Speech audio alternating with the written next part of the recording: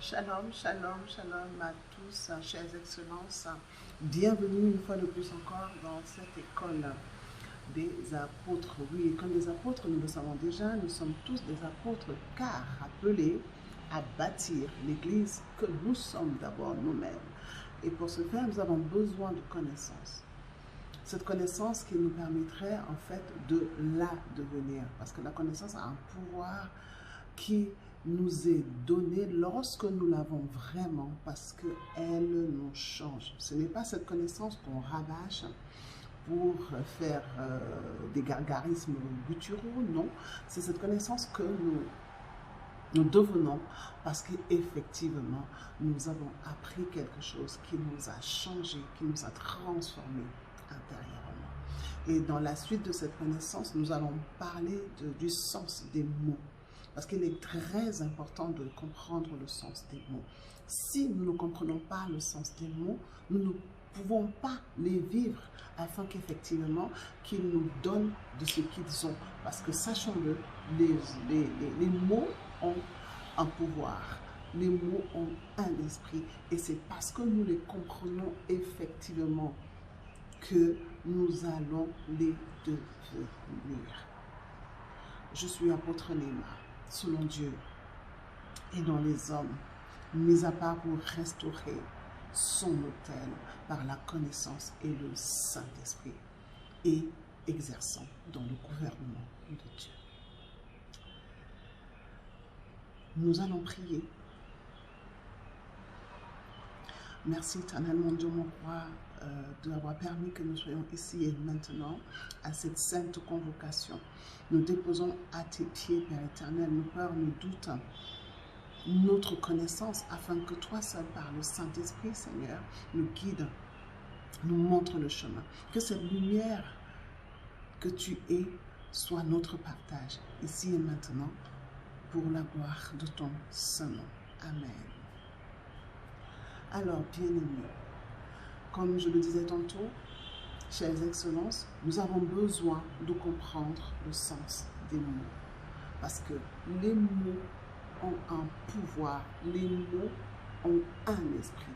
Et lorsque nous ne comprenons pas effectivement ce que c'est que le mot, on ne peut pas en bénéficier. Donc, vous avez la grâce aujourd'hui par ma petite personne, ma modeste personne, de vous transférer ce que le Seigneur m'a appris. Et le premier mot que nous allons essayer de comprendre, c'est, bien sûr, tout évidemment, le christianisme. C'est quoi le christianisme? Ce que je vous dirais, d'abord, c'est que le christianisme n'est pas une religion. Non, il n'est pas une religion. Pourquoi? Parce qu'une religion suppose une croyance et des dogmes. Mais le christianisme va au-delà des croyances et des dogmes. Le christianisme a quelque chose de fondamental, de principiel, d'essentiel en lui qui fait qu'il est différent de tout ce qu'on peut appeler religion. Et qu'est-ce que c'est? Simplement le Saint-Esprit. Oui, bien aimé. Le Saint-Esprit vient faire la différence avec tout ce que vous pouvez appeler comme religion par rapport au christianisme. Le Saint-Esprit permet justement à celui qui est dans le christianisme d'avancer dans la connaissance selon la volonté de Dieu pour lui. Amen. Donc, nous devons comprendre que le christianisme n'est pas une religion. L'Éternel un jour m'a dit que oui, c'est même un mode de vie. Un mode de vie. C'est-à-dire qu'à partir du christianisme, nous devons avoir des habitudes, des modes de faire, de penser, de nous habiller, de rester même et d'être dans ce monde. Donc le christianisme a, comme je l'ai dit par la grâce du Seigneur tantôt, le Saint-Esprit. Et le Saint-Esprit nous amène à avoir des mises à jour. Dieu est le même hier, aujourd'hui et éternellement. Il ne changera jamais. En lui, il n'y a aucune once de variation. Amen. Mais seulement, l'homme, lui, doit changer. Pourquoi? Parce qu'en allant à la découverte de qui est son Père et de qui il est lui-même, il apprend des choses qu'il ne connaissait pas hier et qui indéniablement le changent. Oui, l'homme va au-devant d'un changement auquel il ne peut échapper dans le christianisme, et ce, par le Saint-Esprit. L'Éternel Dieu est vivant et il permet aux chrétiens, par le Saint-Esprit, d'avoir les mises à jour. Donc le christianisme est au-delà d'une religion. Il permet aux chrétiens d'avancer et de se niveler et même d'être au-dessus du monde, parce que lorsqu'on a la relation avec l'Éternel des armées par le Saint-Esprit, il a plané nos sentiers. Amen. Il combat pour nous. Amen. Donc ce sont des choses qui sont inhérentes au Saint-Esprit dans le christianisme. Donc, bien-aimés, comprenons-le. Le christianisme n'est pas fondamentalement une religion, c'est un mode de vie. C'est un chemin de vie. Parce que nous sommes appelés à nous transformer. Nous devons aller au-delà des vérités qui ont été hier. Parce que ces personnes qui nous ont laissé les traces de leur histoire ne sont pas celles qui sont censées avoir une relation avec le Très-Haut. Non. Ils nous ont dit, ils nous ont laissé l'histoire qu'ils ont vécue avec le Très-Haut. Et donc, cette histoire doit continuer. Cette histoire ne doit pas être figée. Cette histoire ne doit pas s'inscrire dans la mémoire. Non, elle doit avancer de telle façon que le Dieu que eux ils ont connu hier, qu'il soit le nôtre plus autre chose. Indéniablement plus autre chose. Si nous nous enfermons dans la mémoire d'hier en tenant compte que ce n'est que elle qui prévaut dans le christianisme, sans le vouloir, sans le savoir, nous sortons nous-mêmes le Saint-Esprit de notre équation et nous retombons malheureusement dans la loi. Bien-aimés, le christianisme, retenons-le, est un mode de vie et nous devons l'intégrer par le Saint-Esprit. Et tout chrétien a besoin du Saint-Esprit pour avancer dans la grâce qui est la sienne. Amen. Un autre thème aujourd'hui, Canaan.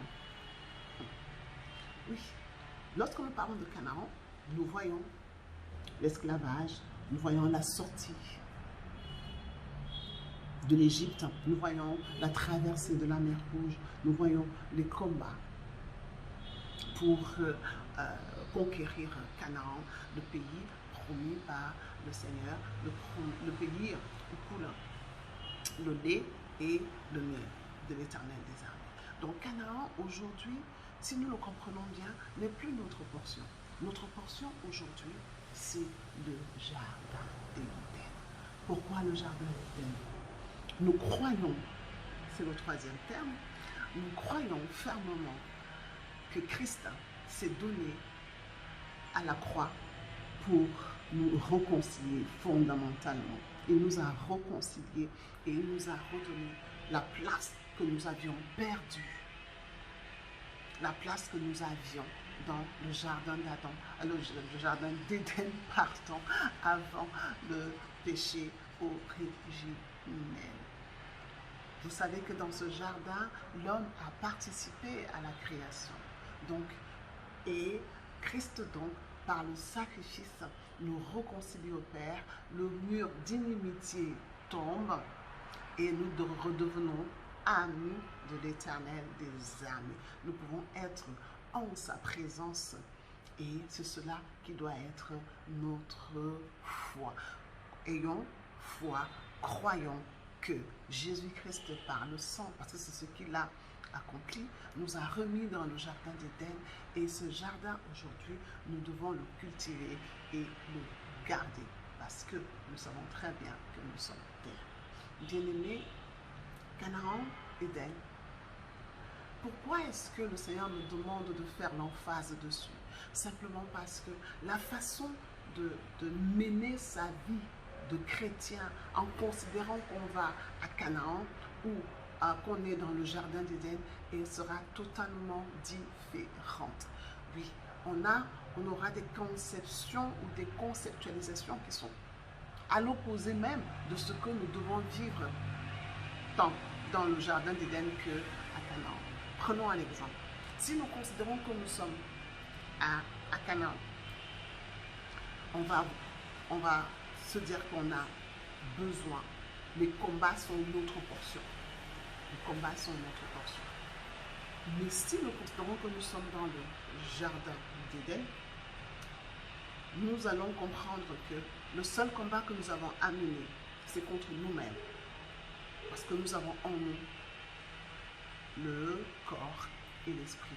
Et que ce combat, ce n'est pas inter-individuel, c'est intra-individuel. C'est en nous, ce n'est pas en dehors de nous. Et donc, vous voyez que la posture spirituelle, la mentalité que nous aurions, dans un cas comme dans l'autre, change totalement notre mentalité, notre façon de vivre notre chrétienté. Donc, il est très important, bien-aimés, d'assimiler les mots, de les comprendre et de savoir exactement où est-ce que nous devons aller, ce que nous devons faire afin de mieux comprendre ces mots et de savoir où est-ce qu'ils nous emmènent. Bien-aimés, nous allons nous arrêter là pour aujourd'hui. Nous avons défini le christianisme, Canaan, le jardin d'Éden et de faire le choix. Parce qu'effectivement, il y aura un enseignement, je vous rassure, sur le jardin d'Éden, sur Canaan, pour bien comprendre ce que Christ a effectivement accompli pour nous dans le jardin d'Éden. Bien-aimés, nous sommes arrivés au terme de cet échange, au terme de cette école des apôtres, parce que nous sommes ici pour apprendre, pour désapprendre, pour réapprendre, afin d'avancer sur notre chemin spirituel, sur notre chemin de transformation. Ne soyons pas figés, mais cherchons de façon résolue le Saint-Esprit qui va nous guider, qui va nous apporter la connaissance nécessaire pour effectivement avancer. Sortons de la mémoire, entrons dans la connaissance active, celle qui se vit, celle qui progresse. Parce qu'effectivement, lorsque nous avançons dans notre processus de transformation, nous nous découvrons à nous-mêmes et Dieu se découvre aussi à nous, puisqu'il est en nous et nous avons une part de lui. Bien-aimés, nous continuons toujours les prières des malades le mardi et le vendredi à partir de 16h en présentiel. Si vous voulez venir, ou alors, parce qu'on peut le faire aussi de façon virtuelle, rentrez sur notre page Facebook et prenez tous les contacts. On vous dira ce qu'il faut effectivement faire pour que nous soyons en relation.